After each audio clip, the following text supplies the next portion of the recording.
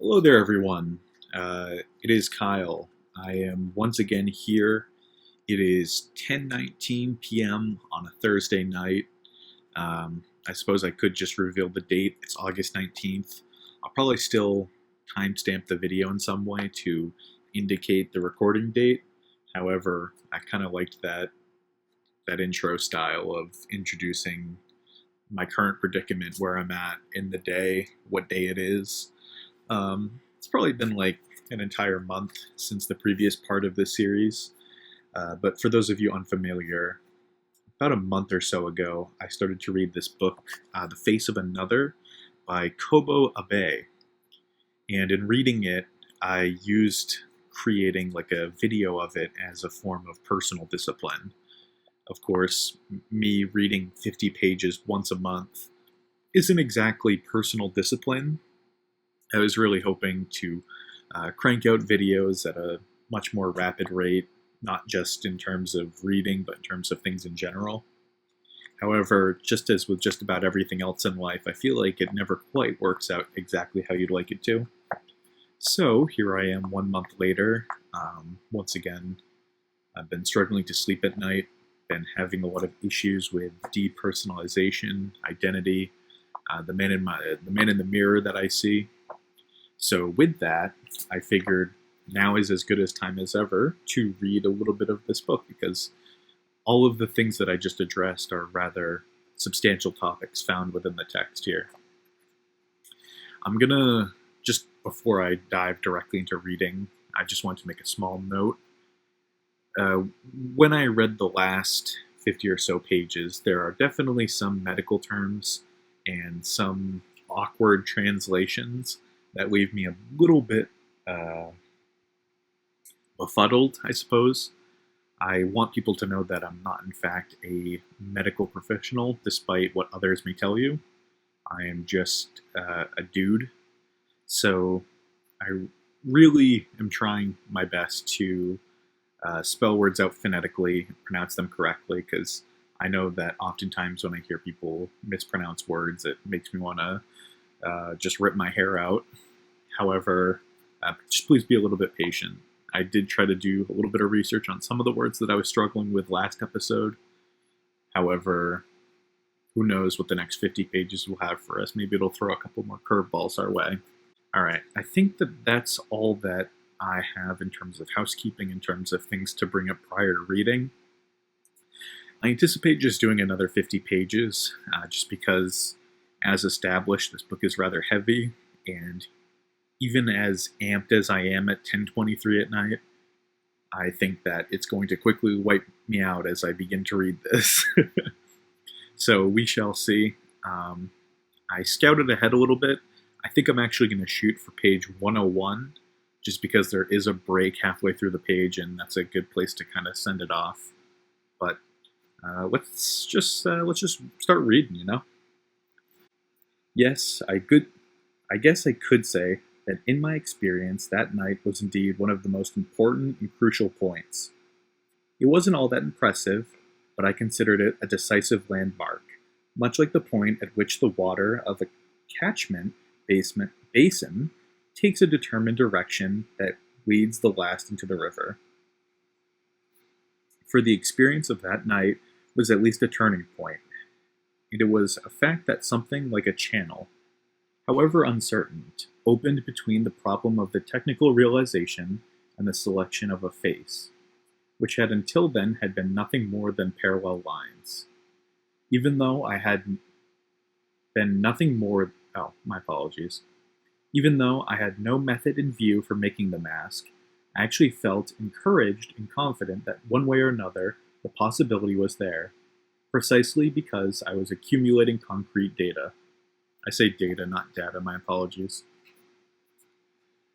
I decided the following morning to purchase some clay and begin to practice modeling. I had not determined my goal, but I groped my way along fumblingly, guided by an anatomical chart of the facial muscles. The work of carefully building up the thin clay layer by layer was dramatic, quite as if I were assisting at the birth of an adult, sentient human. And I felt that rather pointless standard of choice itself was beginning to gel, gradually assuming palpable form. Some detective geniuses track their man from an armchair. Others gather their evidence by laborious footwork. Being on the move seemed to suit me best too. About that time, I began to take renewed interest in Henry Boulon's Le Visage, which I mentioned before. Previously, I had the impression that his plausible analysis smacked rather of the scholar's habit of classification, and I, driven by purely concrete motives, was plagued by the irritating question of just what use such explanations could be. However, when I came down to the manual task of fashioning the face, I discovered more in Boulon than classifications. There seemed to be quite a difference between the map of a country one knew and that of some unknown foreign land. The following is a general summary of Boulon's classification. First, trace a large circle, using the nose as the center, and making the radius the distance between the nose and the tip of the chin. Next, on the same center, make a small circle, taking as radius the distance between the nose and the lips. There are two types of face, depending on the relationship between the two circles, concave and convex. Further, one may obtain a total of 4 basic facial types by differentiating between bony and fatty types of each. Number 1. Concave type. Bony. Strong projection of the flesh in forehead, cheeks, and chin. Concave type. Fatty. Slight swelling of the fatty tissue in forehead, cheeks, and chin. Convex type. Bony. Sharply pointed face, centering around the nose. Convex type. Fatty. Slight frontal projection, centering around the nose. Of course, these do not cover all facial types. The 4 basic types may be further ramified into any number of secondary types, depending on a synthesis of contradictory factors on sectional emphasis, or on the shading of details. However, as far as I was concerned, there was no need to trouble myself with such subtleties. Since I would build up the tissue from the bottom layer on layer, things could not be expected to go according to calculation. As long as I did not forget the base itself, I could well let the rest take whatever course it would. A Jungian analysis of the 4 basic facial types would suggest that the first 2 types are introversial, and the second 2 are extroversial. Also, numbers 1 and 3 tend to be antagonistic to the outside world, while numbers 2 and 4 tend to be conciliatory. It is possible to make up a personality combining the 2 odds and the 2 evens. Even more older is brought to the problem if you link to the method of classification Boulon's ideas in Les Éléments de l'Expression, a work that shows quantitatively the respective influences exerted on expression by over 30 muscles, controlling 19 areas of movement by order of their degree of mobility. The method of calculation is also interesting. By continuously photographing from about 1,200 models, expressions ranging from laughter to perplexity, and dividing them up with contour lines as in a map, Boulon seems to have obtained the mean value of the function of the various points of movement. His conclusions may be summarized thus. The density of expressive factors is greatest in the triangular area extending from the nostrils to the sides of the lips, gradually lessening around the eyes and the central forehead, which is the least dense area of all. In short, the faculty of expression is concentrated in the lower part of the face, more precisely in the area around the lips. The distribution of factors by area is furthermore influenced and modified by the state of subcutaneous tissues. The density of factors decreases in proportion to the thickness of these tissues. But sparseness of factors doesn't necessarily mean lack of expression. There is sometimes no expression even when the density is great, and there are frequent instances of expression where the density is low. In short, lack of expression exists with both high and low density of factors. There's a small kind of note here that says excursus. Shall I try applying Boulon's law of classification to our faces just as an experiment? Your face first, I suppose. Oh, your face first. I suppose if I had to put you in some category, you would be considered a convex type, subcutaneous tissues, slightly fatty.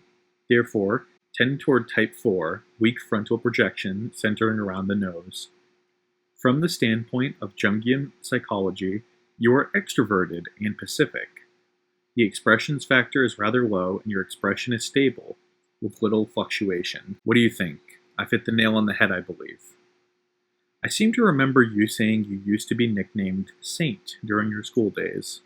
The first time I heard that, I broke out laughing, but what was so funny? I seem to have a very wrong idea, either about saints or about you. Of course, judging only from the outside, I suppose you could even be said to have very individual, sensuous features. Yet considering the inside too, you did indeed have the face of a saint, according to Boulon's classification. An outgoing, peaceable disposition is like a 3-foot wall of crude rubber, infinitely pliant, inviolable. Inviolable. That's a new one for me. Such a face does have the half-closed eyes and a faint smile of a saintly image. It's true, but those very elements compose the features someone who wins without weapons. I like that quote. But those very elements compose the features of someone who wins without weapons. When I looked at you from a distance, you would smile invitingly, but when I approached, the smile would change into mist and obstruct my view. I should like now to express my heartfelt respect for the one who invented your nickname, Saint. Was it sarcasm, I wonder? If there was a thorn in it somewhere, it was surely my fault alone, not yours. It may be that someone else's tenderness can be experienced only as pain. Well, next, my face. No, let it go. There's nothing to be gained at the point by discussing a face that's completely gone. How should one consider those whose faces are so completely transformed that they do not fit any classification? Like, for example, the Tazarawa tribe with their huge saucer-like lips. I should like to hear what Boulon would have to say about that. And, as I had expected, my fingers were considerably more successful than my head alone would have been. As a result of my brief tests on each of the 4 basic types over a period of about 10 days, I had decided to eliminate 2 of them, and then choose which of the remaining 2 would be better. The one I disqualified first was type 4, slight frontal projection, centering around the nose. This type of face had the area of highest density of factors enveloped by the fatty layers, so it was highly stable and, once completed, would be quite devoid of expression. I would be obliged to plan the work all the more carefully from the beginning, and the construction would be quite troublesome. I decided to shelve it for the time being. Excursus to an excursus. In the excursus just before this account, I may have appeared to have something in the back of my mind, but I positively intended for only one meeting. For, to begin with, there was a time lapse of about 3 months between the text and the excursus. Next to be disqualified was number 1, the concave bony type, a strong projection of the flesh in the forehead, cheeks, and chin. From the standpoint of Jungian psychology, it had, in short, an introverted antagonistic character, and it was unstable to boot. At best, the type of face of a usurer who had never lost a penny. It couldn't be the mask of a seducer. Though this was merely an impression, the type did not appeal to me, and I decided to drop it. Having disposed of the 2 in the fashion, I now come to the remaining 2. A slight swelling to the fatty tissue in forehead, cheeks, and chin. According to Jungian psychology, this would be an introspective, self-controlled, peaceable face. Sharply pointed face, centering around the nose. According to Jungian psychology, this would be an ambitious face, capable of action or a hostile, extroverted one. I had a feeling I could foresee the future. There was a big difference in choosing between types 4 and 2. 4 was not simply 2 times 2, but contained 6 combinations in comparison. In short, I was able to reduce the work of choosing by 1/6. Moreover, the remaining two were contrasting types with rather striking differences. There could be no possibility of confusing them, and thus complicating my decision. I should necessarily arrive to the face I was aiming for by just continuing my modeling. I abandoned myself for some time to a comparative investigation of the two types. However, I had only one face mold, and it was really inconvenient to have to destroy and reconstruct it with every trial. I hit upon the idea of purchasing a Polaroid camera. You snap the shutter, and the film is developed on the spot. It was convenient to be able to line up the pictures for immediate comparison. And also, I could keep a minute-by-minute record of production. Yes, my heart, singing then like a cicada for the first time, experienced a feeling of the nymph emerging from the earth.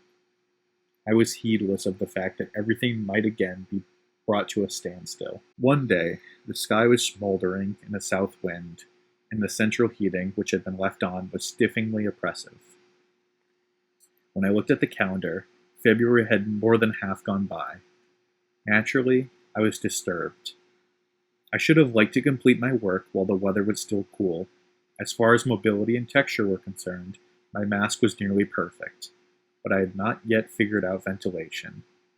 I would perspire, the mask would be difficult to attach. I could foresee physiologically harmful effects. Yet, there were 3 more months of detours until I came to the opening scene of finding my hideaway at the S apartments. Why, in heaven's name, did I take such a roundabout way? At first blush, the work seemed to be going very smoothly. I had become so proficient as to be able to draw by heart each of the types I favored, and whenever I saw a face that belonged to one of them, I immediately analyzed its factors, going so far as to revise them in my imagination. Well, since the materials were all at hand, I might as well choose the one I liked best. But there was no questions of choosing one of the two, unless I could apply some standard. No matter how much one is pressed to choose between red and white, there is no sense in choosing without knowing whether it's to be the color of tickets or of flags. Once again, the blind man's buff of standards. Indeed, is any mystery not soluble by simple footwork? Of course, my standards now have come to mean something different from what they once did. However, my irritation became all the greater as my choices grew clearer. The peaceable type had the merit of peaceableness, but the unpeaceable type had its own virtue. There was no room here for value judgment. The more I knew, the more I was interested in each type. Hard-pressed and despairing, I thought many times how much better it would be to settle the whole thing with a throw of the dice.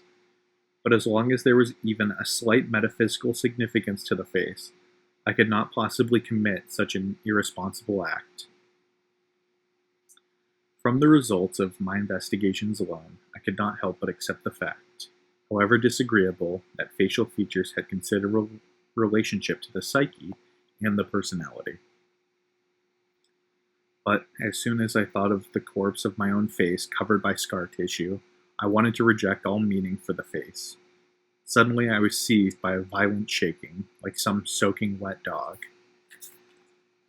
What in heaven's name were psyche and personality anyway? Had such things ever been of any help in my work at the Institute? No matter what a man's personality, 1 and 1 are always 2. So long as the individual is not engaged in a profession in which the face is the measure by which he is judged, people such as actors, diplomats, hotel and restaurant employees, private secretaries, swindlers, the personality signifies no more than the serrations of tree leaves. I resolved to flip a coin. I tossed many times. Heads and tails came out a tie.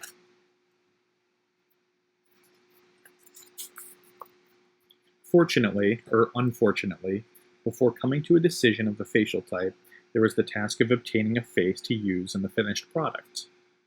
There was nothing to do but buy one from a complete stranger whom I would never see again. But it was a great responsibility psychologically, and I could not bring myself to attempt it until I was cornered.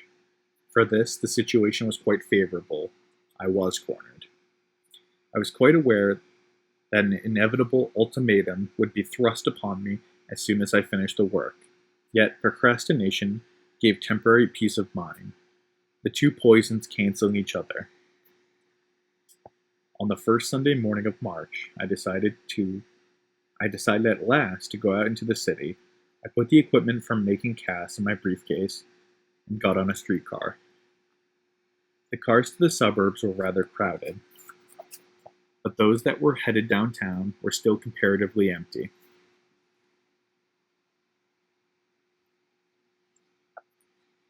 Even so, after several months of not exposing myself to strangers, it was torture. Although I thought I was prepared for it, I stood facing the door, unable to turn around and look inside the streetcar. I reflected how absurd it was for me to be buried in my coat collar despite the stifling heat, unable to make the slightest physical movement, like an insect playing dead. How could I strike up a conversation with a stranger in such circumstances? Each time the car stopped, I clung to the door handle, fighting my faint-heartedness, wanting to return home. Yet, why in heaven's name was I so frightened? I had not been accused by anyone, yet I shrank back with almost a guilty conscience, as if I were a criminal. If the facial expressions were so essential, a mask of identity, wouldn't it be impossible to recognize a voice on the telephone? Couldn't one say that then in the dark all men fear, suspect, and hate each other? Nonsense. A face that had properly functioning eyes, mouth, nose, and ears would be enough. A face is not something to show off to others, but something that serves oneself. No, there was no reason to get upset.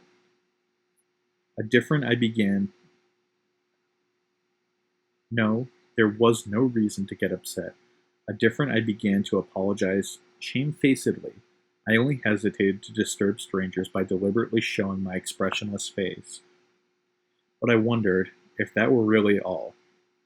With my prescription sunglasses, which were darker than ordinary ones, there was not the slightest reason to worry that someone might feel I was looking at them. The streetcar turned a corner, and the side where I was standing was struck by the light in such a way that a couple with a child behind me were reflected in the glass of the door.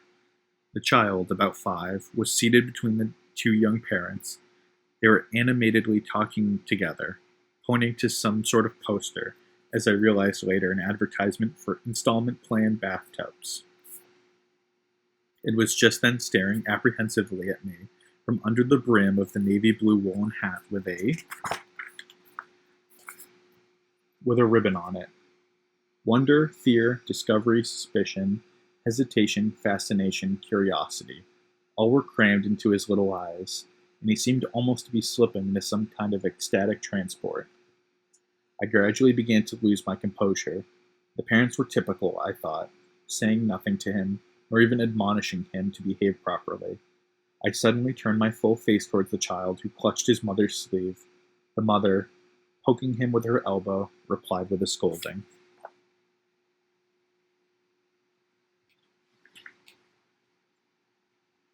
Sorry, I'm going to move positions real quick.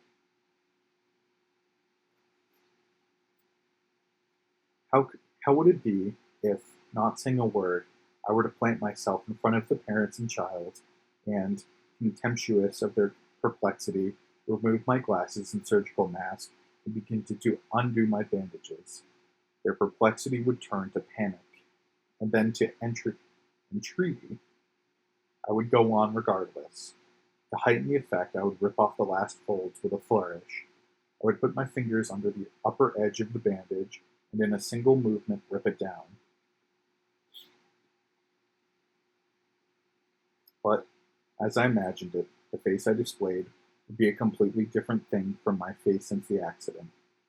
No, it would not only be different from my face, it would be quite unlike any human face. Bronze color or gold, or a pure, waxy, transparent light would be fitting. But they would have no time to ascertain anything more. There would be no time in their fleeting impression to know whether it was the face of a god or a devil. The three of them would be transformed into stones, or lumps of lead, or even insects. And the other passengers who had witnessed the scene would be transformed with them. Suddenly, I came to myself. The car had arrived at my station. I felt fatigued and debilitated as I hurried off onto the platform.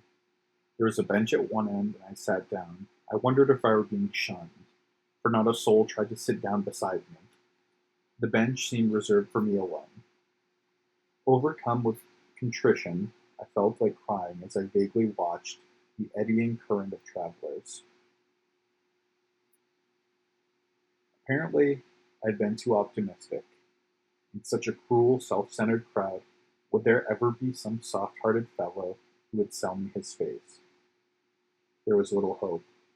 If I did single out one man, the crowd would probably turn its collective glare accusingly upon me. The clock that graced the wall of the station told the time common for all men. What was this lack of concern in people who had faces? Could having a face be such an important requirement? Was being seen the cost of the right to see? No. The worst of it was that my fate was too personal, too special. Unlike hunger, unrequited love, unemployment, sickness, bankruptcy, natural calamity, criminal exposure, my suffering was nothing I endured in common with other men. My misfortune was forever mine alone. Anyone at all could disregard me completely without feeling the slightest twinge of conscience, and I was not even permitted to protest that disregard. I wondered if I weren't becoming a kind of monster. Carlyle said that the robe makes the priest and the uniform the soldier. Perhaps the face makes the monster. A monster's face brings loneliness, and the loneliness informs his heart. If the temperature of my freezing loneliness were to drop even slightly, I should become a monster, indifferent to my appearance, and break with a crash all the bonds which bind me to this world. In heaven's name, what kind of monster would I be? What would I do? Just trying to imagine it was so frightening I wanted to scream. Marginalia. The novel about Frankenstein is interesting. When a monster breaks dishes, it is usually laid to the destructive instincts of monsters, but this author explains it otherwise. Dishes have the quality of being easily broken. Being a monster, he merely wished to assuage his loneliness, but the brittleness of the object necessarily made him a assailant. And so, as long as there exist such violable things, breakable, crushable, burnable objects, or objects that can bleed and die, the monster can only go on endlessly assaulting men. Basically, there is nothing new in the behavior of monsters, for the monster himself is nothing more than an invention of his victims. No, I hadn't screamed, though I thought I had already begun to. Help! Stop looking at me that way. If I'm to be forever stared at like that, I really will end up being a monster. At length, unable to stand it, I brushed aside the forest of humanity, and, as if taking shelter in some cave, rushed headlong into a nearby movie theater. A marketplace of darkness, the only safe place for a monster. I do not remember what movie was playing. I took an aisle seat in the balcony. The artificial darkness, with its lingering warmth, crept about me like a muffler. I gradually began to recover my composure, like a mole that has gone to ground. The movie house was an endless tunnel. I imagined that my seat was some speeding vehicle. I dashed along, cutting through the darkness. If I could fly at this speed, I couldn't be followed by people. I'd give them the slip. I would arrive before them in a world of eternal night, and I'd call myself the king of the land, where there are only drops of mist and phosphorescent anim- animalcules. Animalcules. This is a rather difficult sentence because phosphorescent is already a rather hard word, but animalcules in starlight. I took secret pleasure in such fancies, which were like children's scribblings in public places. It was as if I were secretly eating something. It would not it would not do to ridicule it, no matter how tiny a piece of darkness it was. Considered on a universal scale, this very darkness was an essential element that occupied a greater part of the actual world. Suddenly, the seats in the row in front of me began to shake unnaturally. The suppressed, cynical laugh of a woman rose to me from out the darkness, immediately in front and to the side. A man shushed her, and the shaking stopped. Perhaps no one else noticed, for the music at full volume made the hall tremble, and the spectators were few. Although it was none of my business, I drew a long sigh of relief. I stared fixedly in the direction of the voices, unable to take my eyes away, try as I might. The screen brightened, and the outlines of two people were distinctly revealed. The fringe of a girl's hair, turned under and back, in the fashion of a child's, fell over the collar of her white mohair coat, and the man's head was lying on her shoulder. But both of them were completely enveloped from their shoulders down in the man's black overcoat. However, were they interlaced together beneath it? The conspicuous thing was that the white nape of the woman's neck, the white area seemed to melt into the coat's collar, which was the same white, and yet it also seemed to come floating out of it. Actually, the woman may have been moving up and down, but it may well have been that my own eyes were giddy and unfocused. However, the man's form was even more equivocal.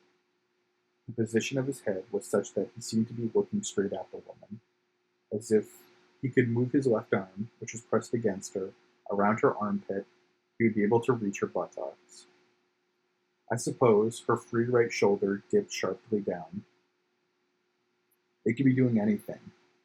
I concentrated my gaze on the right shoulder until my eyes watered, but it was like a picture drawn in India ink on a blackboard. If the shoulder appeared to be undulating, it was because I wanted to be so, and if it seemed to be doing it rhythmically, it was definitely because I wished it.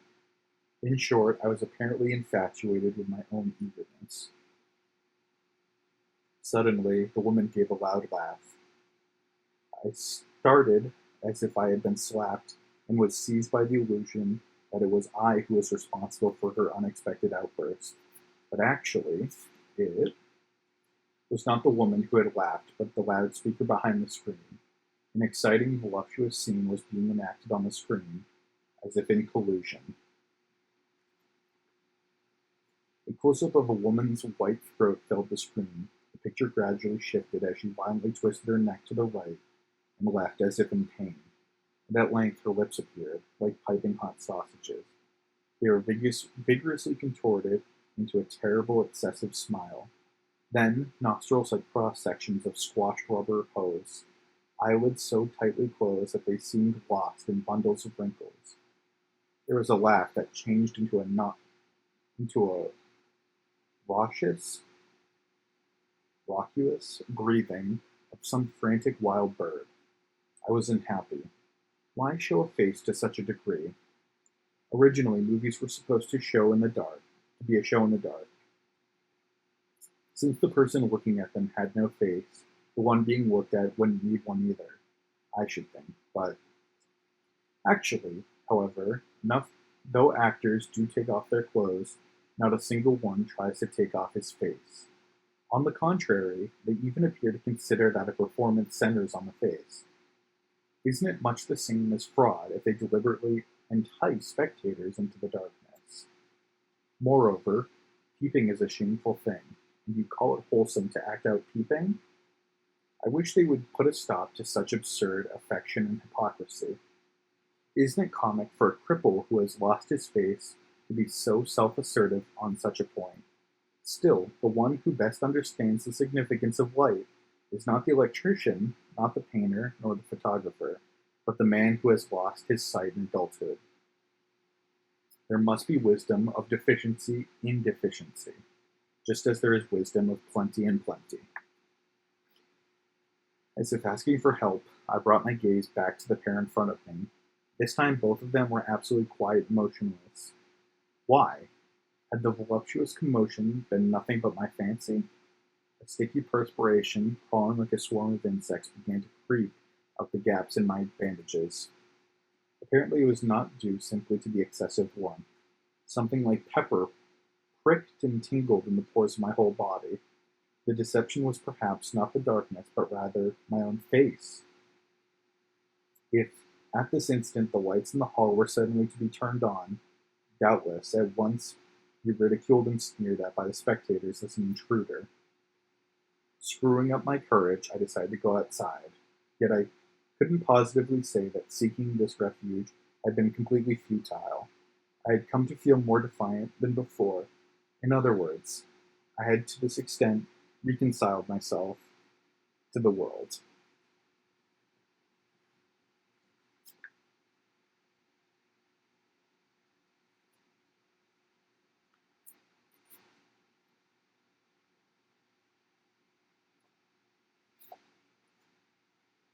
At length, the morning drew to an end.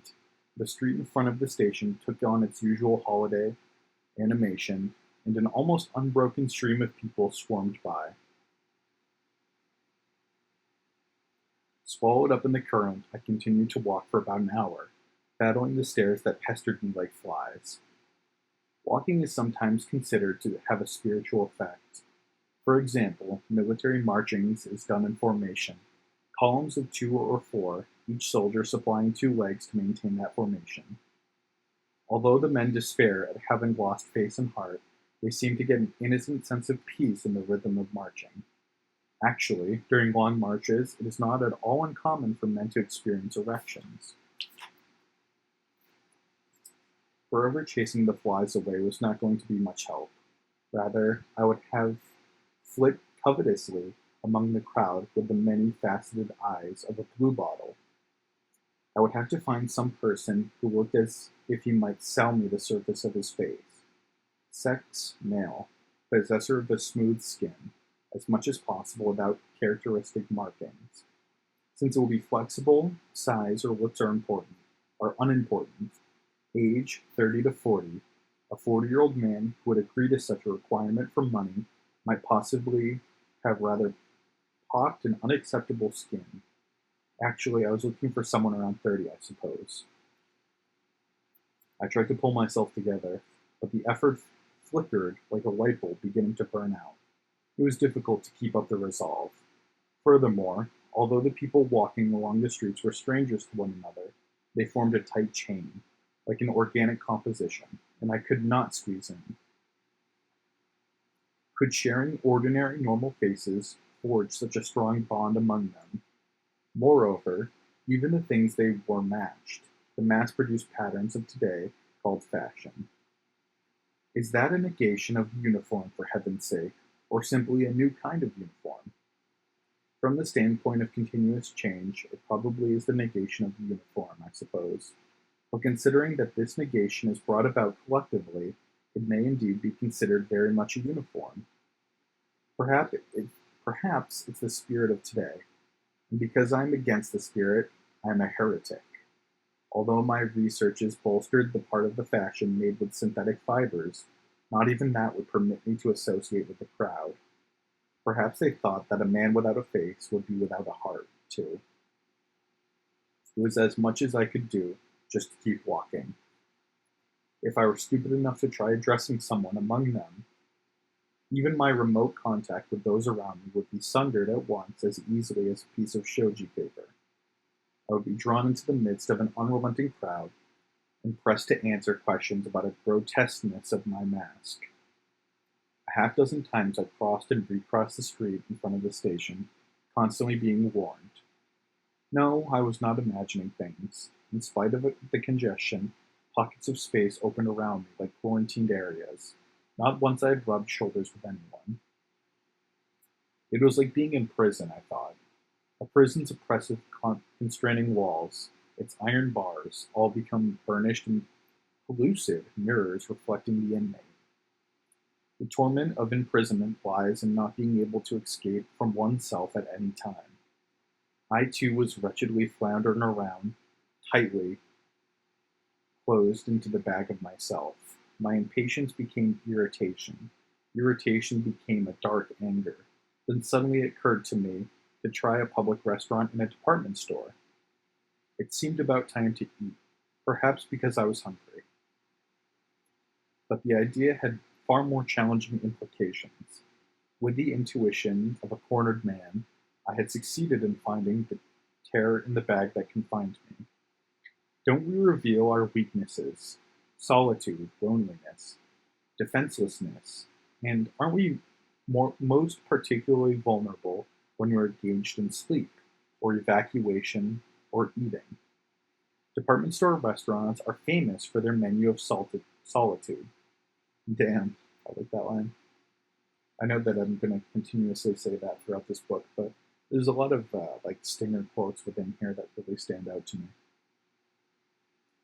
I stepped off the elevator into an exhibition area behind which lay the restaurant.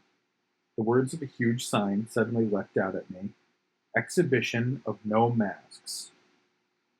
I stood for an instant, rooted to the spot, then began to back away in confusion. This must have been a coincidence. I immediately thought that if I were to back out now, I would be much teased for it, and so, though there was a roundabout way to the restaurant, I walked into the exhibition area. I felt as tense as a coiled spring as I headed for the restaurant. Perhaps I wanted to take a preliminary look around before the challenge. Even so, a masked man looking at no masks, NOH, no, was an unusual combination. If necessary, I was prepared to jump through a hoop of fire. But unfortunately, so few people were going into the exhibition that my enthusiasm was dampened. As a result, I decided lukewarmly to make a round of the exhibit as if I were interested. I anticipated nothing special. There was a big difference between a no mask and the mask I sought. I needed something to clear the obstruction of the scars and restore the roadway to other people, while the no mask rather seemed bent on rejecting life. The moldy smell that filled the exhibition room, for example, a sort of atmosphere of decadence, was good proof of that. Of course, it wasn't that I was incapable of understanding that there was a kind of refined beauty in the no masks. What we call beauty is perhaps the strength of our feeling of resistance to destructibility. Difficulty of reproduction is the yardstick to the degree of beauty. Thus, thin plate glass, if it could not be mass produced, would surely be considered the most beautiful thing in the world today. Even so, the mystery is that man has to seek such rare refinement. The demand for a mask, practically speaking, stems from a desire on the part of those who are not satisfied with, who want something more than, a mere living actor's expression. If this were true, what would be the need of deliberately stifling expression? Suddenly, I halted in front of a woman's mask. It was displayed against the surface of a pleated partition, connecting two walls. Hung on a background of black cloth in a wooden frame, painted white like a railing, it suddenly raised its face, as if answering my gaze. Quite as if it had been waiting for me, a smile seemed to break out over the whole face, and no, of course it was just an illusion. It was not that mask was moving, but the lights which illuminated it. A number of miniature light bulbs embedded in a line on the back of the wooden frame sw- switched on and off in a regular, progressive movement, producing a unique effect. It was a clever device, but even after I realized that it was a device, my initial surprise lingered on. I abandoned once and for all the simple preconception that there was no expression and no masks. Not only was the design of this mask very elaborate, but its effect, too, compared to the others, was striking. Its difference was irritating. I don't know why. I made another round of the exhibition hall, and when I came again to where the mask hung, everything suddenly came into focus, and the enigma was resolved. This wasn't a face. What professed to be a face was in fact nothing more than a simple skull to which a thin membrane had been applied. Some masks, representing old people, were indeed more clearly skeletal, but actually the woman's mask, though it seemed fleshy, on closer inspection revealed the basic skull. The seams of the bones are in the brow, forehead, cheeks, and lower jaw stood out in relief with the exactness that made one think of an anatomical chart, and shadows of the bones, following the movements of the lights, emerged as expression. The muddiness of the glue, recalling the texture of old porcelain, the network of fine crackle covering the surface, the whiteness and warmth of driftwood bleached by the wind and rain, basically the beginnings of the no mask were the skull. However, any woman's mask was not necessarily like that. With the passage of the centuries, they have changed simply into expressionless faces like peeled muskmelons. Perhaps in order to get the essential line mask makers today have misread the intentions of the makers from the period when no began and stress only the expressionlessness. Then, suddenly, I had to face a dreadful hypothesis. Why in heaven's name did early no mask makers, trying to go beyond the limits of expression, end up with the skull? It was doubtless not simply to suppress expression. So far as escaping from ordinary expression was concerned, any mask would do that. If I really wanted to name a difference, I suppose it was the no mask aimed in a negative direction, in contrast to the ordinary mask, which attempts to escape in a positive direction. I could give the mask any expression I wanted, but it would still be an empty container, a reflection in the mirror, transfigurable according to the person peering in. At this point, there is no reason for reducing my face, already thick with leech scars to the skull. But there wasn't in the radical method of the no mask some fundamental principle which made the face an empty container, some law applicable to every mask, every expression, every face? The face is made by someone else. One doesn't make it oneself. The expression is chosen by someone else. It is not oneself that chooses it. Yes, that may be right. A monster is a creation. So we call man a monster too. Man the creator seems not to be the sender, but somehow the receiver of this letter we call expression. Did this describe my inability to make up my mind to decide a facial type? A letter with no address is simply returned, no matter how many stamps one puts on it. Well, that was a thought. How would it be to show someone a reference album of established facial types and get him to make the selection for me? Someone? But who? But isn't it decided? You, of course, the receiver of my letter, can be no one but you.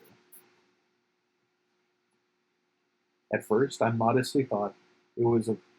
At first, I modestly thought this is a very small discovery, but gradually the wavelengths of the light around me began to change, and a rosiness, like a gradually welling laugh, suffused my heart.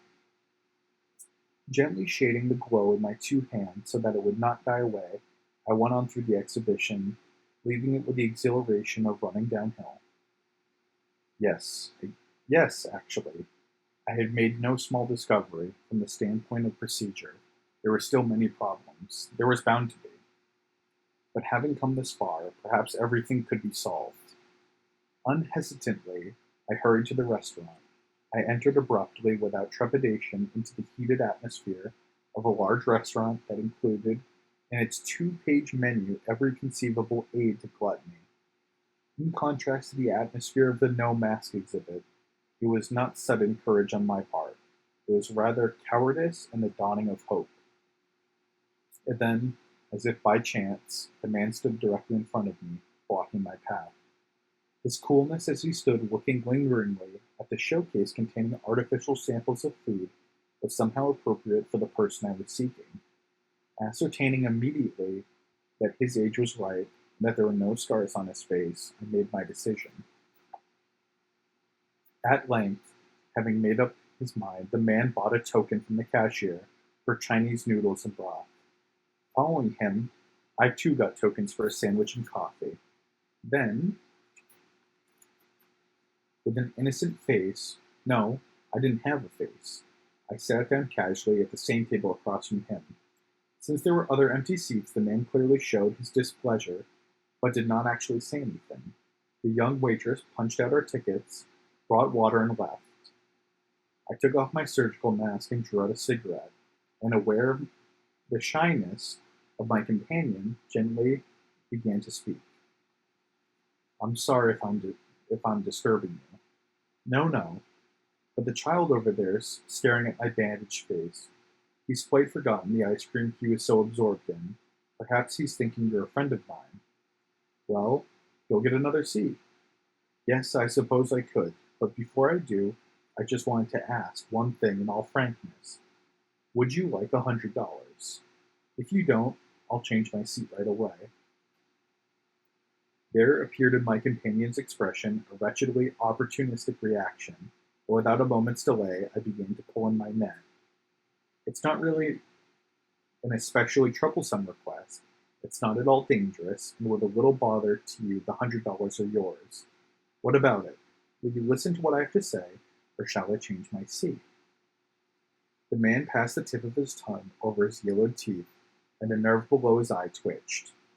If I classified him according to the Boulon system, he would be a concave type, slightly fleshy. In short, he was the introverted, antagonistic type I had excluded. However, since I needed only the quality of the skin texture, I wasn't interested in the type. One had to be imperious with this sort of person, but I would be careful not to hurt his feelings. Excursus.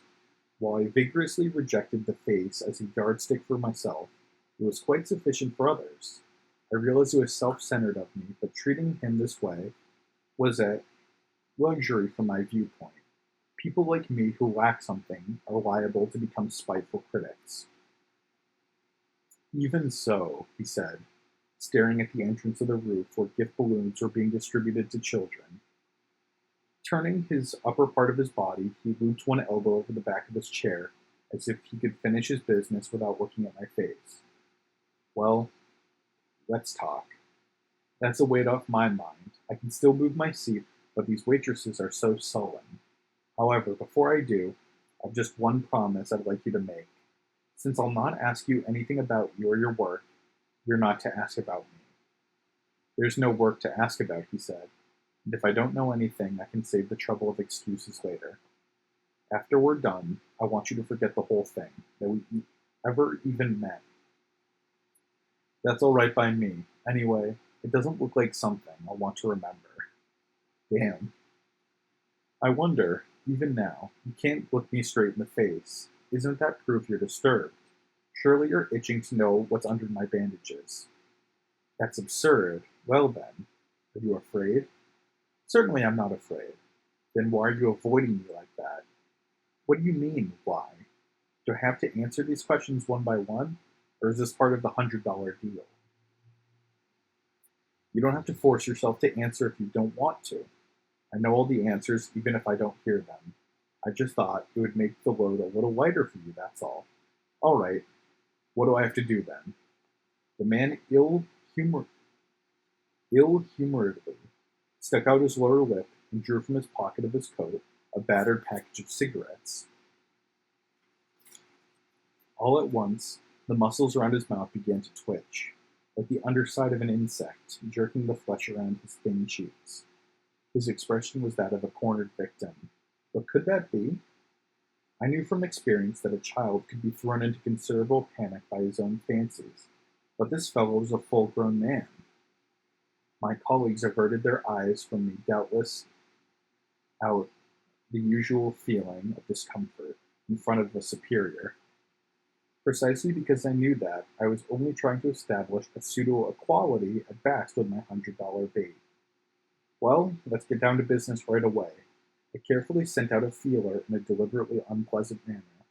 The fact is, I've been wondering if you wouldn't sell me your face. Instead of answering, he vigorously struck a match with a grave expression. He broke the matchstick, and the broken part, still burning, flew onto the table. Hastily, he blew it out, and with his fingernail flicked it to the floor. Snorting in exasperation, He struck a new match. It was as I expected. It had been simply a question of a few seconds, but in that interval he had focused all his attention and was engrossed in trying to discover the meaning of the words, "Sell me your face." Surely, any number of explanations were possible, starting with extremely feasible ones like wanting a stand-in for a murderer, blackmailer, or swindler, to fanciful cases like wanting to buy and sell actual faces. Such a request would never arouse innocent speculation. If he had any presence of mind, he would weigh the very real item of the $100. You can't get much for $100. Wouldn't it be common sense to ask at once what I meant without brooding over it? Overcome by my bandage, he had assumed this stiff attitude as if tormented by irrational arguments in a dream. I had been unerring about the restaurant. And what pleased me, more than anything else, was that he was concerned about the bandage itself rather than about what lay underneath, as if stopped by barbed wire entanglement surrounding a camp. As soon as I realized this, an amazing transformation took place within me, as if some master sleight of hand artist had waved his handkerchief. I was changed into a merciless assailant, aiming my polished, shining fangs straight at my opponent's neck, like a bat that suddenly darts from an invisible hole. Well, even though I did say the face, just a little bit of the skin will do. I'm thinking of using it in place of the bandages. The man's expression grew darker and darker, and he puffed restlessly on his cigarette. He had apparently quite forgotten the original business. I had at first intended to tell him, and only him, something of the real facts in order to allay his opposition as much as possible. But there was apparently no longer any need to. Under my bandage, I involuntarily smiled a secret, bitter smile. Once in a while it's good to give vent to one's anger. No, you don't need to worry. I'm not going to peel your skin off. I just want I want just a little skin surface. Some wrinkles or sweat glands or pores, or in short, all I want is a sample of skin. Ah, a sample? The man's tenseness relaxed, and he sighed with relief. Working his Adam's apple up and down, he nodded his head in a number of short jerks, but he did not yet seem to have completely dismissed his doubts. I did not have to ask what was bothering him. He was probably worried about what in heaven's name I was up to, putting on a face exactly the same as his. Yet I didn't try to dispel his suspicions at once. While I was eating my food, which had been which had at last been brought, I deliberately let him stew in uncertainty, adding now and then an ill-tempered thrust. I didn't bear him any personal grudge. I was doubtless only trying to take my revenge against the convention of faces. Surely, if I were not afflicted with these keloid scars, there would be some good in these bandages. For example, I thought that the basic significance of the face could actually be well summed up in the effect of the bandages. That is, the disguising effect. A disguise is a spiteful game where the convention of the face is turned upside down. I suppose one might well think of it as a kind of art of concealment, by which one ultimately suppresses the heart by wiping out the face. In this case of executioners, strolling flute players, religious judges, primitive medicine men, priests of secret societies, and sneak thieves, a disguising mask was indispensable. It had not only the negative aim of concealing the man's face, but also the positive objective of cutting off the connection between face and heart by concealing the expression, thus liberating him from ordinary earthly ties. Take a more common example. Disguise is part of the psychology of the dandy who wants to wear his sunglasses even though there is no glare. Being released from any mental restraint, he can be utterly free and accordingly infinitely cruel. However, this is not the first time I've thought about the disguising effect of my bandage. Yes, the first time was before the incident of the Klee picture. I recall being pretty self I recall being pretty self-complacent, comparing myself with a transparent man, for I alone could see and yet not be seen by others. Then there was also the time I went out to visit Kay of the artificial organs. Kay stressed the anesthetic nature of a disguise, and earnestly advised me I would ultimately be poisoned by my bandages. And now was the third time. Over half a year had gone by. Could it be that I was still plodding around the same circle? No, there seemed to be a slight difference among them, for indeed I was now actually experiencing the hidden pleasure of the disguised spy for the first time.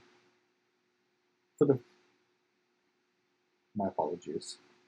I'm just going to go back a little bit just to ensure that you kind of understand what I'm saying here. I don't just stammering over the same sentence. For indeed, I was now actually experiencing the hidden pleasure of the disguised spy. The first time had been mere bluff, and the second time I had just been advised by someone else. My thinking seemed to move out in a spiral. Of course, I was not without apprehension as to whether the direction of the movement was following a rising curve or whether it had begun to fall. Therefore, I lured the man out of the department store, maintaining an aggressive attitude all the while, and taking a room in a nearby hotel. I succeeded 2 hours later in obtaining an impression of the skin of his face by the method I had used in making the mold of the scar webs. But the man, having finished the job, thrust the $100 bill into his pocket. He left as though furtively escaping, and as I saw him off, I was suddenly overcome with an unbearable feeling of loneliness, as if all my strength had been drained from me. If the convention of the face were empty, perhaps the disguise too was just as empty. Excursus. No, such thinking was wrong. Perhaps I felt this way because I imagined the change in my thinking that would come with the completion of my mask would be something like the reaction of wearing a disguise. It was thus no doubt natural for me to be uneasy, since I had deviated from my aim to restore the roadway between myself and others. But my original analogy had been unreasonably fanciful, since the mask was not my real face. Treating it as a disguise was like talking black into white.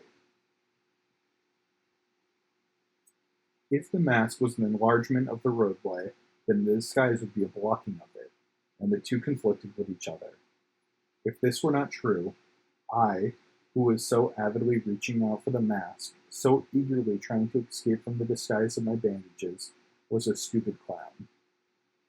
Finally, I shall put down one more thing that occurs to me now.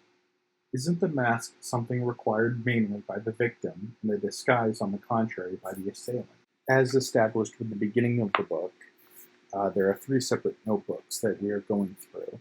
So, that was the end of the first book. Now we are on to the second one, which is the White Notebook. I have at length changed to a new notebook, but my state has not altered so abruptly. Actually, several weeks passed without incident before I could go on to a new page, and I remained unable to move ahead. There followed several uneventful weeks, quite suited to my anonymous face, which had neither eyes, nose, or mouth. 2 things did happen, though. I sold a patent to raise funds, and I received some unexpected criticism from the younger men in the Institute about this year's budget. The patent was still far from being practical use and was extremely specialized. It was doubtless unnecessary to consider it too seriously. However, the budget question, even though it had no direct relationship with the plans for my mask, was an important one, and I had to give it some thought. When my colleagues spoke about it, they apparently seemed to think of it as a political move on my part. Some time ago, I had agreed to the formation of a special section incorporating the hopes of the young members group. But when it came down to the essential budgeting, I simply went back on my word. As they said, it was nothing so complicated as intrigue or jealousy, or the stifling of ambitions. It was nothing but the lapse of memory. I thought I must accept meekly the criticism that I was deficient in zeal for my work.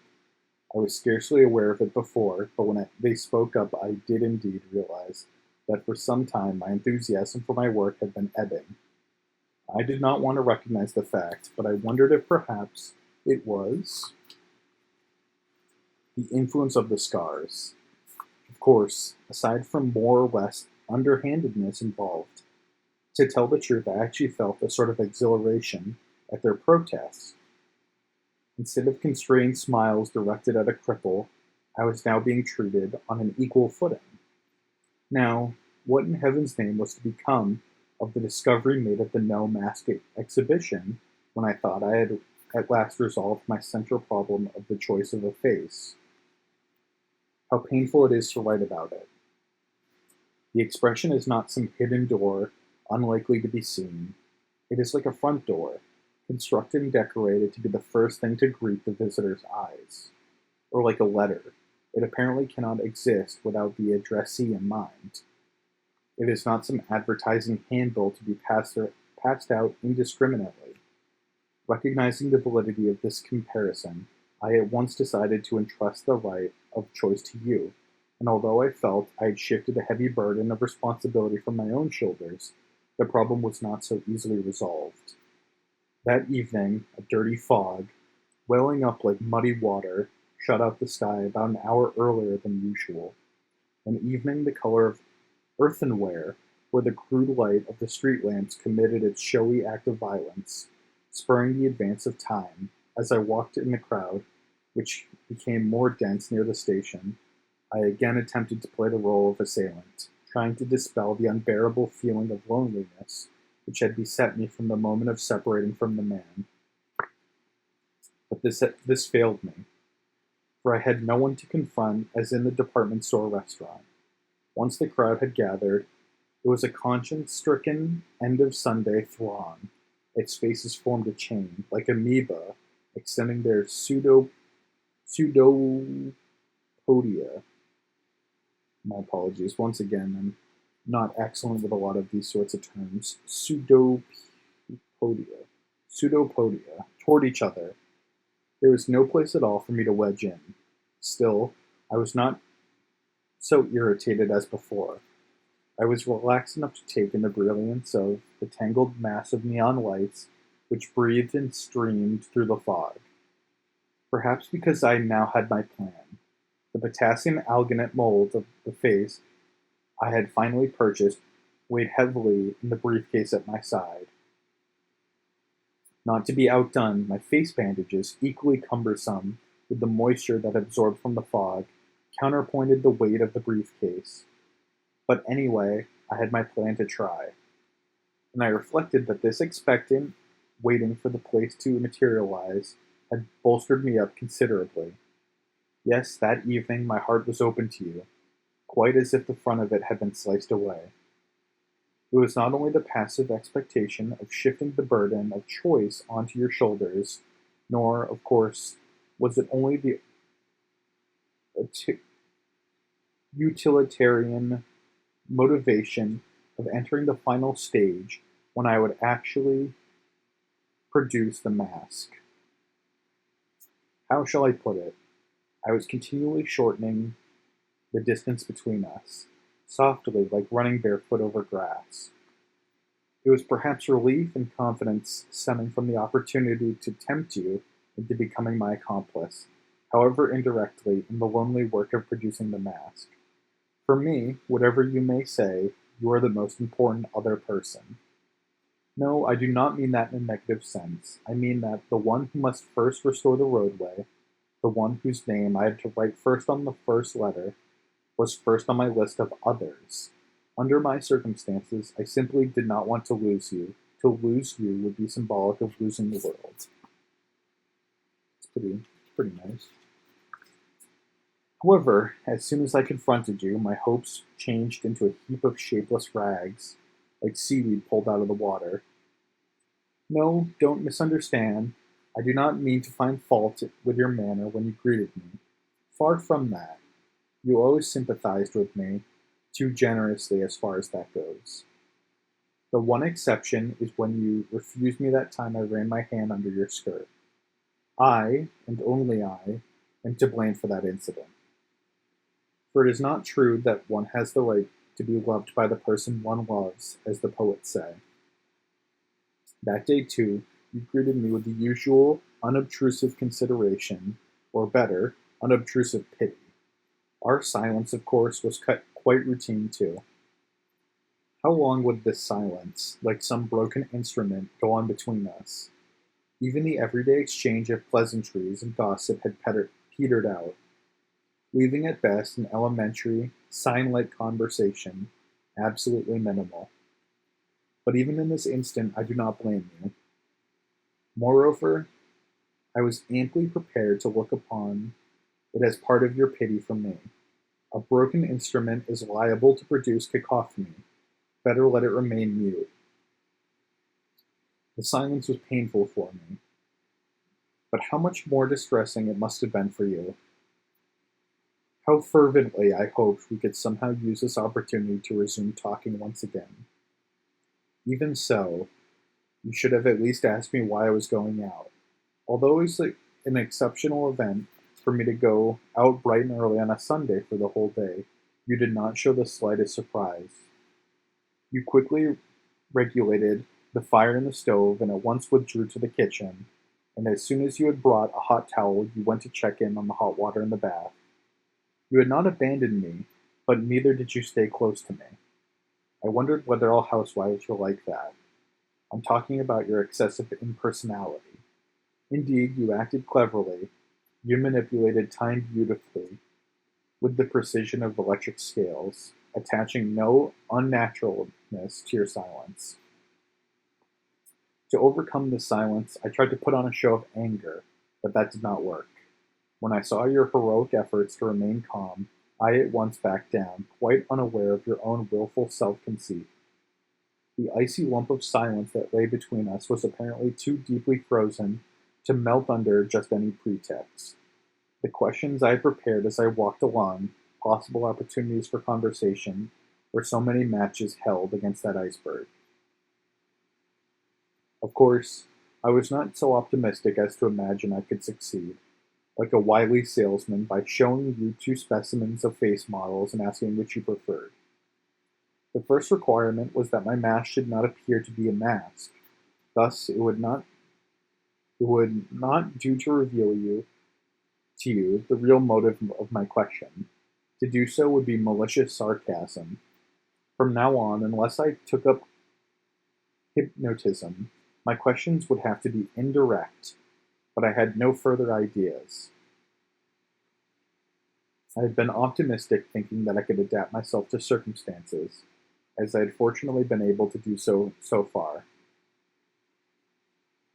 For example, I went through various of my friends' faces with your tastes in mind. However, you are not a fish living by nature in silence. Silence was an ordeal for you. I myself would be the first to be hurt by any rash mention of faces. You were concerned about this and were trying to shield me. I blame my own frivolity, but, saying not a word, I bypassed the silence, returned to my study, and locked up today's booty and my instruments for mold casting in the cabinet. Then, as usual, I began to take off my bandage in order to cream my face and perform my daily massage. But my fingers stopped unexpectedly in midair. I had lost in another dialogue with no one. Oh, I was lost in another dialogue with no one. Only my lost face knew how many hundreds of thousands of degrees it would take to melt this silence. And perhaps the mask was the answer. But I could not make it without your advice. Hadn't I checked into complete inactivity? If I did not break the vicious cycle somewhere, it would end in a stupid impasse, repeating the same sequence. I could not give up the whole thing as useless now. Even if I couldn't melt away the whole silence, at least I had to try to light a flame.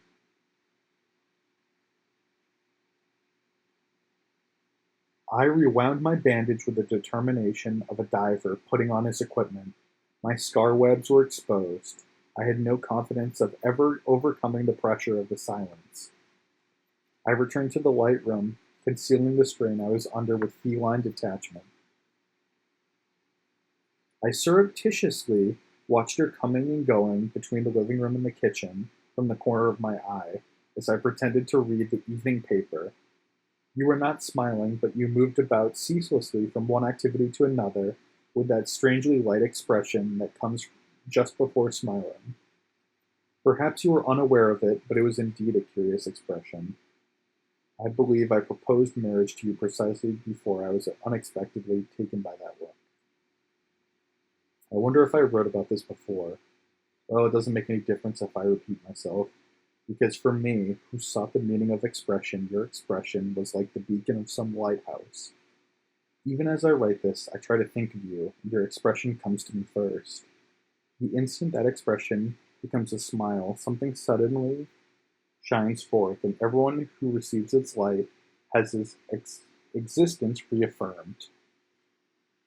Yet, while you shed this expression generously on everything, windows, walls, lights, pillars, I was the only one on whom you did not seem to be able to turn it. I was the only one on whom you did not seem to be able to turn it. Though I thought it natural, I was unable to control my irritation, and being without definite hope of success, I came to feel it would be enough if only I could get you to direct a look at me. Let's talk. But when your face turned toward me, the expression had already disappeared. I went to see a movie today. Looking into the slits of my bandages with such care that it could not be recognized as care, you awaited my next words. No, I don't mean I really wanted to see a movie. I really wanted the darkness. Walking the streets with a face like this was like a burden, as if I was doing something bad. A strange thing, the face. I never felt anything about it at any given time. When I found I didn't have one, I felt as if half the world had been torn away from me. What movie was it? Jeez, some serious detachment. I don't remember. Perhaps I was so upset. Actually, I was suddenly possessed with a feeling of persecution. I dashed into the nearest movie, quite as if I were taking shelter from the rain. Where was the movie house? It doesn't make any difference where it was. I wanted the dark.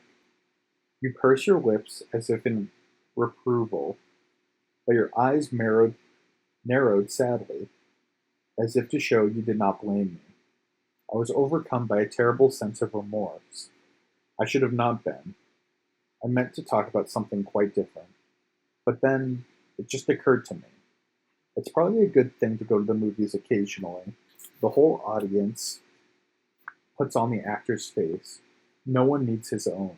A movie's a place where you pay your money to exchange faces for a while. That's a nice little synopsis of what movies are. That's true. Maybe it is good to go to the movies once in a while. It definitely is, I think. Because at least it's dark, isn't it? But I wonder, wouldn't it be awful if you didn't like the actor's face? You put on his face, so half the fun would be gone if it didn't fit perfectly, wouldn't it?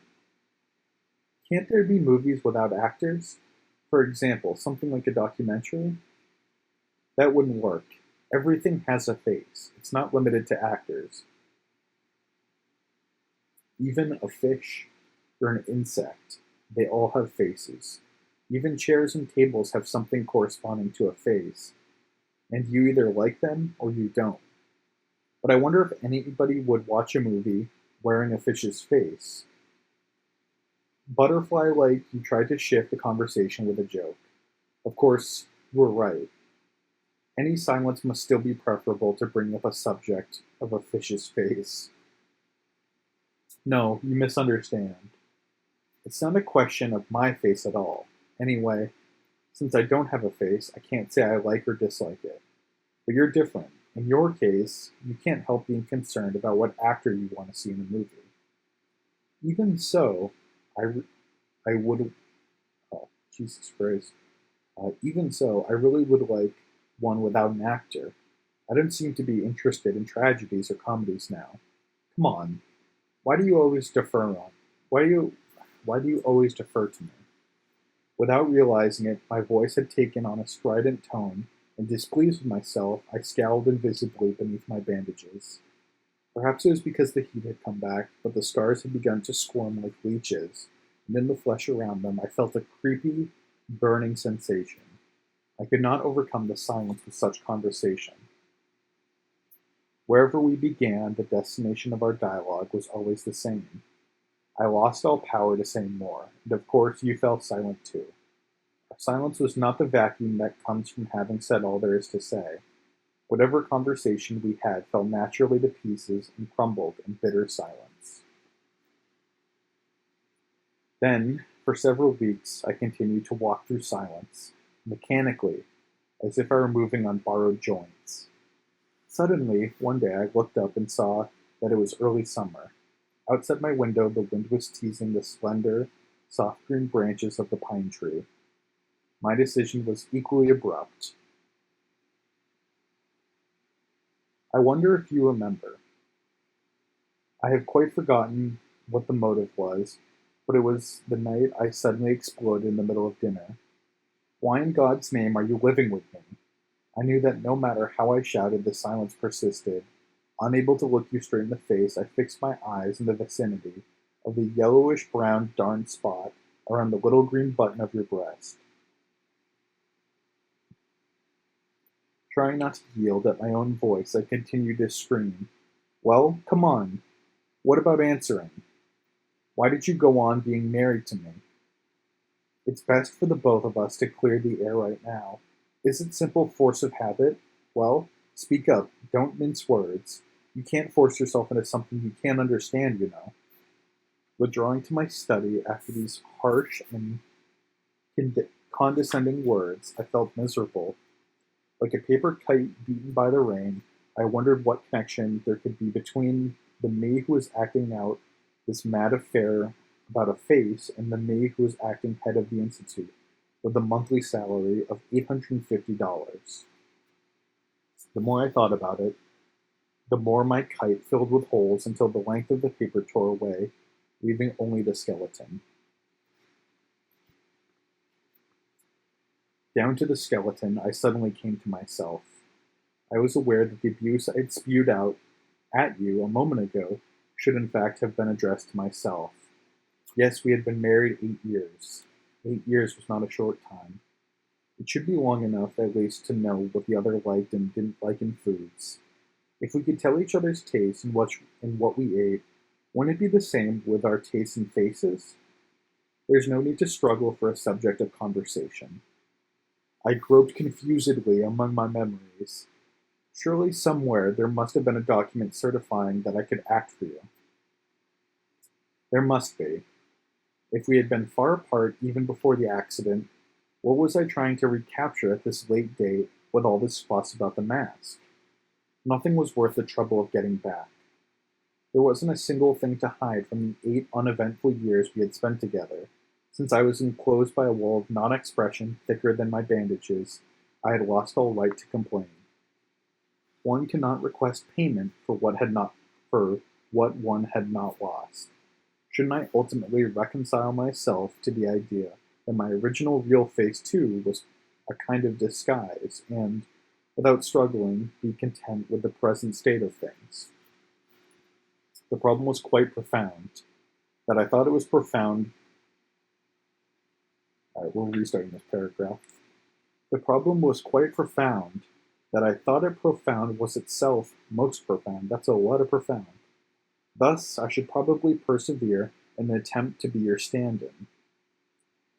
It wasn't work that I liked, but mobilizing all my memories of your impressions and conversations, I attempted to conjure up various men's expressions that you might like.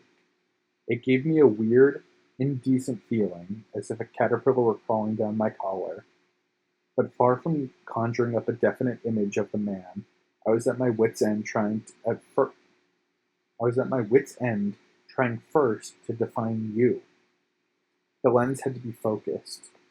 I couldn't see you, no matter how I tried, if you moved around like a jellyfish. Yet when I forced my concentration, you seemed to become a dot, a line, a face, at last changing into a profileless space, slipping through the net of my senses. I was terribly confused. What in heaven's name had I seen? What I had talked to? What had I felt during all the time we lived together. Was I that ignorant of you? I stood in blank amazement before the unknown territory of you, which was enveloped in an endlessly spreading milky mist. I was so desperately ashamed I could have wrapped my head with another two bandages. However, perhaps it was just as well I was again cornered. Sweeping the caterpillar from my collar and assuming a defiant attitude, I returned to the living room where I found you sitting with your face buried in your two hands in front of the television screen, from which you had cut off the sound. Perhaps you were weeping silently to yourself. As soon as I looked, I discovered the possibility of a completely different explanation for my failing to be your stand-in. Of course, one couldn't say I was ideal as a stand-in, although I had lived long with you. I had long lived with you. At least I had been living with you in a self-absorbed way. I did not think you would be particular about men's faces, but did it matter? Why at this point should I have to act the pimp? Isn't it normal form of marriage that from the very beginning one should be unconcerned with one's wife's taste in other men's faces, if not in food? The moment a man and woman decide to get married, both of them should put aside such doubts and concerns. If they can't agree, it is best not to opt for trouble from the very beginning. Taking care not to be noticed, I came up softly behind you. I caught the unexpected smell of asphalt streets just after rain. Perhaps it was the fragrance of your hair. When you turned to look around, when you turned to look, you sniffled, wrinkled your nose as if you had caught a cold, and then, as if to dispel my misapprehension, you looked back at me with a clear, penetrating gaze which seemed painted on. With transparent non-expression, like rays of sunlight filtering through a forest, swept with cold winds of winter. It was then it happened. A strange impulse possessed me. Was it jealousy? Perhaps it was. Something prickly, like a pokeweed seed, swelled within me to the size of a hedgehog. Then suddenly, the basis of facial expression, that errant child of mine, of which I had lost all trace, was standing by my side. It was unexpectedly sudden, so sudden that I could not grasp just how quickly it had happened.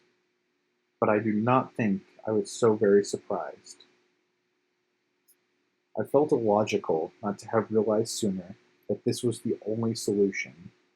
But before anything else, I shall tell you my conclusion.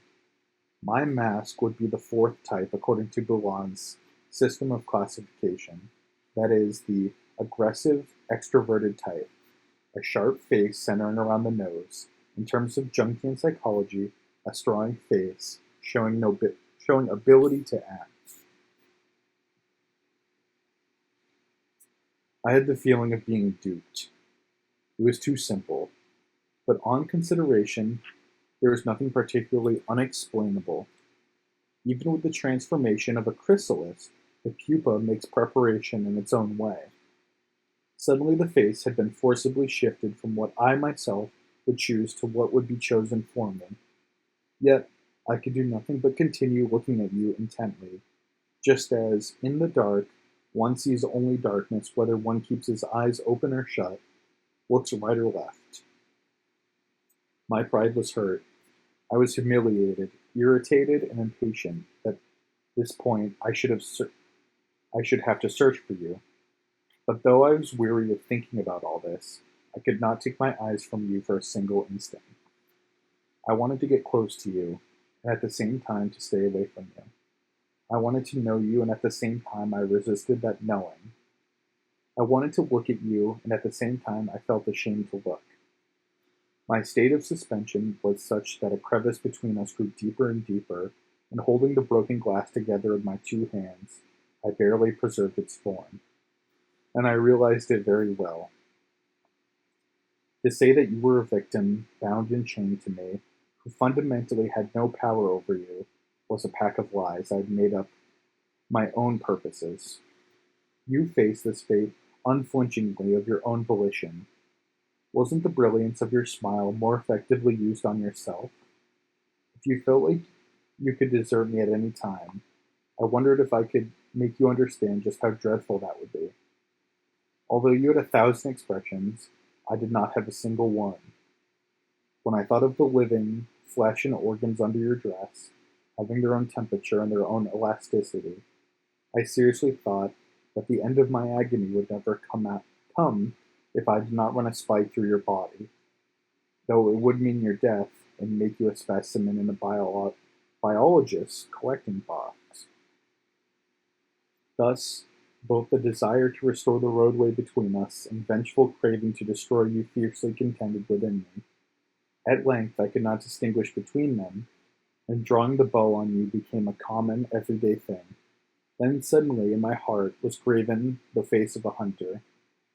A hunter's face could not possibly be introverted and harmonious. With such a face I would end up at best a friend to little birds, or, failing that, bait for wild animals. In this light my solution, far from sudden, might rather be called inevitable. I was dazzled, perhaps, by the double aspect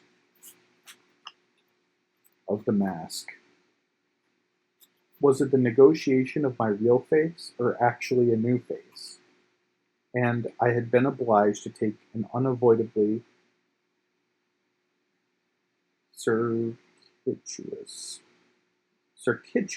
road because I had forgotten the essential point that even this days was a form of action. In mathematics there are imaginary numbers, strange numbers which, when squared, become minus. They have points of similarity with masks, for putting one mask over another would be the same as not putting on any at all. It's a nice little way to end off that sort of chapter. It's an outstanding. I greatly appreciate that there's a lot of like I keep saying stinger, but I feel like there's a better word. I feel like probably like punch. I feel like punchline implies like a comedic overtone, but it's a very gratifying hit at the end of a lot of these sort of rants. Once I decided on a type, the rest was simple. I had already accumulated 68 modeling pictures, and it so happened that more than half of them belonged to the protruding center type. Everything was ready, almost too ready. I decided to start work at once. I had no special model, but I nevertheless tried to sketch a face, as from some invisible picture, groping my way along from the inside of the expression that might appeal to you. First I applied a spongy resin to the part of the antimony cast with the scar webs and smoothed it down. Over that I placed layers of a thin plastic tape instead of clay along the longer lines to provide directional control. From a half year of practice my fingers were as versed in the details of the face as a watchmaker's are to finding the bend of a mainspring. I took the area around my wrist as my standard for skin color and used a greater quantity of titanous oxide to whiten the temples and the point of the chin, adding cadmium red to give a blush to the cheeks. Moreover, I deliberately used conspicuous color blotches as I drew near to the surface and went so far as to apply some gray spots, especially around the nostrils, thus contriving to produce a naturalness consonant with my age. Last of all, I applied a liquid resin to the transparent layer, that is, the thin fluorescent membrane to which I had transferred the skin surface I had bought, and which had a ratio of refraction close to that of Ceratin. When I had applied compressed steam to it for a very short time, it contracted and set in a perfect fit. Since I had not yet put in the wrinkles, it was too smooth, but one had the feeling of something living, as if it had been a moment ago stripped from a living person. I had spent a good 22 or 23 days to bring the mask this far. The next problem was the treatment of the edging of the skin. Around the forehead I could devise something with my hair. Fortunately, it was plentiful and also somewhat curly. Around the eyes I decided to make a number of small wrinkles, and to hide the edge by darkening the skin pigmentation and wearing sunglasses. As for the lips, I would insert the flange up underneath and attach it to the gums. I could manage the nostrils by attaching two rather stiff tubes and inserting them into my nose. But the jawline was a little too troublesome. There was only one way. I should have to conceal it with a beard.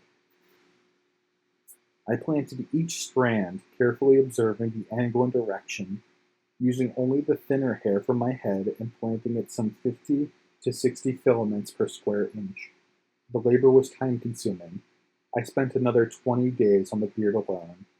But even more, I was plagued by the psychological resistance to the device. 50 years ago, beards were all too common, but now they were unusual. When I hear the word beard, the first thing that I think of, unfortunately, is the policeman in the police box in front of the station. Of course, it doesn't follow that all bearded men are bullies or heroes. There's the fortune teller's beard, the Lenin cut, or again the European aristocrats. And then there was the Castro beard, and what is apparently the latest style, the beard sported by youngsters posing as artists.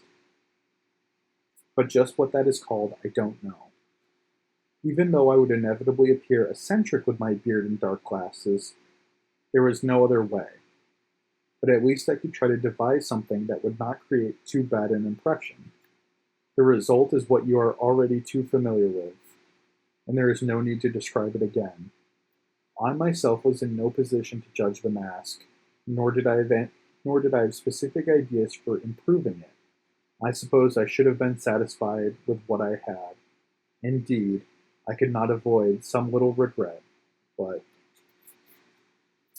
no, to say regret is offhanded, for I realize that it implies a profound concern for outward appearance. My feeling was still something vague, unformulated, but it hurt like a swelling on the tongue each time I opened my mouth, like an unpleasant premonition warning against heedless chatter. That evening, when I finished planting the last hair of the beard, the tweezers had left black blood blisters on the ball of my thumb. A pain that made me clammy with perspiration turned into tiny embers that smoldered flickeringly in the depths of my eyes. The whole surface of my eyes had clouded over, like dirty window panes with a soft, honey-like secretion, and kept oozing out no matter how much I wiped it away. As I stood up to go to the lavatory and wash my face, I was suddenly aware that day had already come. And the instant I involuntarily averted my face from the brilliance of the morning light, spilling over the window ledge, piercing to the core of my head, shame suddenly overcame me. I recalled a dream of a day when summer had come to an end and autumn had just begun. It was a dream like some old silent movie that began with a most peaceful scene in which my father, back from his work, was taking off his shoes in the vestibule, and I was perhaps not quite 10, was at his side, absently watching him. But suddenly the peace was broken. Another father came back from work. This one, curiously enough, was identical to the first. The only thing different was the hat he wore on his head. In contrast to the straw hat my first father was wearing, the second wore a creased, soft felt. When the father with the soft hat saw the one with the straw hat, he looked clearly contemptuous and gave an exaggerated shudder in rebuke for such evident bad form.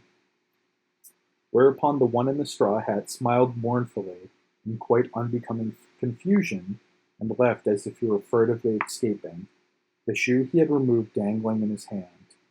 The child that I was looked heartbrokenly after the retreating figure of my straw hat father, when suddenly the film broke in with a snap.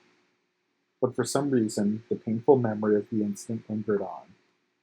It might be called a child's feeling about the change of seasons, but I wonder whether it would be impossible after several decades for the memory of such an insignificant incident to remain so vivid.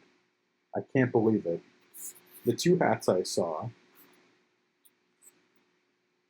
were surely something quite different. Something, for example, like symbols for the unforgivable lies that exist in human relationships. Yes, I can say only one thing for sure. the trust I had in my father up to then was completely betrayed by the exchange of hats. Perhaps, since then, I had continued to suffer shame in my father's place. But this time the positions were inverted. It was my turn to have to excuse myself. Looking into a mirror, I stared at the inflamed scar webs, whipping up my desire for the mask. Yet, it was not I who should feel ashamed. If there was anyone who should suffer, was it not rather the world that had buried me alive, had made no attempt to recognize a man's personality without the passport of the face? With a renewed feeling of defiance, I went back to the mask. I was struck by the insolent look of the bearded face with its prominent nose. I thought the weirdness came perhaps from seeing only separate parts, and I tried hanging it flat against the wall, stepping back several paces and peering at it through my hand like a spyglass. Yet I was not overjoyed at having finished, and a feeling not unlike sorrow that I might gradually be taken over by this other face came to me. Perhaps my depression was owing to fatigue. I told myself that for encouragement. It wasn't only the mask. Wasn't it always like this when one finished a big job? Only those not responsible for the results can experience the pleasure of having finished a piece of work. Perhaps prejudice about faces functions in the subconscious too. No matter how much I fight against considering the face sacred, the root of all evil may exist in the depths of the subconscious. It is much the same as people who don't believe in ghosts but are afraid of the dark. I decided then to make myself go on with the work, whatever the price. Anyway, I'd made up my mind to try on the mask for a final check. First, I undid the protuberance under the ear. Then, when I had loosened the part under the jaw, unfastened the lips, and extracted the nostril tubes, I was able to strip the mask completely from the cast. It had become a soft, gelatinous membrane, like a wet plastic bag. Then, reversing the order I had just followed, I carefully placed it over my face. There seemed to be no technical fault, and it clung to me like a well-fitting shirt. The lump in my throat descended with a gulp into my stomach. I peered into the mirror. A man I did not know looked coolly back at me. Indeed, not the slightest detail would make one think it was me. The color, the luster, the feeling were all successful, perfect disguise. Yet, what in heaven's name was this emptiness? Perhaps it was the fault of the mirror. The lighting seemed somewhat unnatural. At once I opened the shutters and let in the daylight. Keen shafts of sunlight, waving like an antenna of an insect, spread to every crevice of the mask. The pores, the sweat glands, the partial degeneration of some tissues, even the minute capillaries stood out distinctly. I could not discover a single defect. What, then, was the cause of the feeling that something was wrong? I wondered. Perhaps it was the fixity, the lack of expression. It had the weirdness of a face of a corpse whose makeup had been applied by the undertaker. Should I try moving some muscle as an experiment, since I had not completed the preparation of the glue in which to stick the mask to my face? I intended to use something like an adhesive plaster, but less sticky. I could not possibly make the mask move with the muscles, but the area around the nose and mouth were comparatively well set might possibly work. First, I tried the end of the lips, drawing them slightly to the right and left. The results were very good. The extreme care I had taken from the standpoint of anatomy, fitting the directional fibers into each other, had apparently not been in vain. Encouraged, I tried to smile. However, the mask simply would not smile. It merely contorted limply. It was so strange, a distortion on that the mirror was bent. Oh, it was so strange, a distortion that I thought the mirror was bent. When it smiled, it was full of the feeling of death, even more so than when it was immobile. I felt drained, as if the supports of my internal organs had been severed and my whole diaphragm collapsed. But I don't want you to misunderstand, for this is no overdramatic plot to trade on my suffering. This was the mask I had chosen for better or worse. It was the face I had come to after months of experimentation. If I were dissatisfied with it, I could remake it to my own liking. But if it were not a question of the workmanship, what in heaven's name should I do then? Henceforth, I would not be able to accept the mask with a good grace, frankly acknowledging it as my own face. Thus I felt this debilitating sense of collapse, rather than the disorientation brought on by finding oneself with a new face. Was the depression accompanying extinction, as if I were witnessing my own shadow fading away under a magic cloak?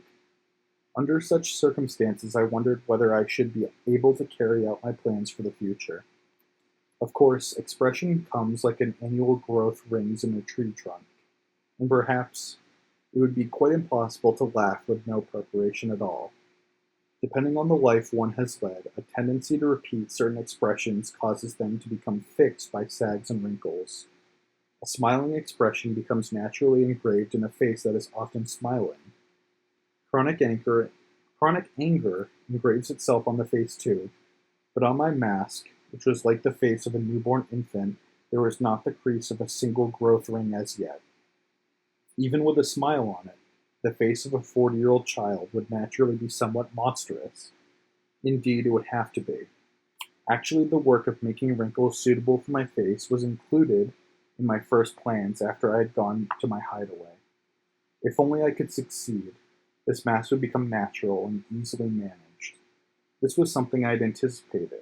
There was absolutely no need of losing my head now.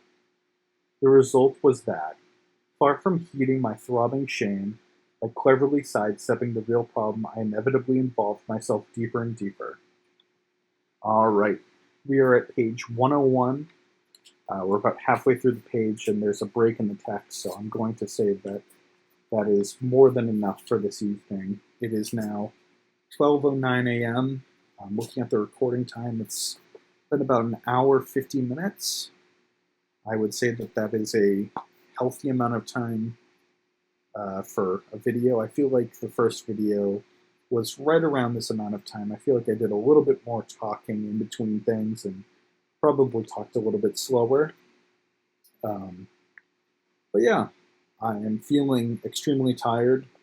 So once again, as with the first video, I can say that this little experiment of reading for a good 2 hours prior to bed is excellent for kind of exhausting the brain and the body to the point where I'm extremely tired. I definitely feel like I can't read a ton more just because my brain is kind of lagging behind with the last couple pages. I do apologize for some of the slip ups towards the end and anything along the way that might have been kind of a little rickety. I'm still ever learning the language that I exist in. I feel like still every day I learn a new word and try to use it as much as I can. So I can only be expected to know what I know so far, and I continue to try to learn for a better tomorrow. But if you've listened up to this point, I really don't know how, but I greatly appreciate you being here. I appreciate you hearing this out.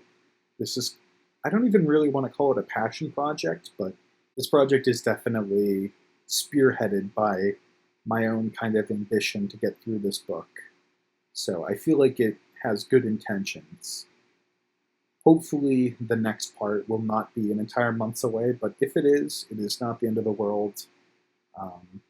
We still have quite a bit of book to go through, so I would just anticipate within the next 2 months another 50 pages of this book done and over with. We shall see, though. So thank you, and have a good rest of your evening, day, whatever time period you're currently in. Thank you.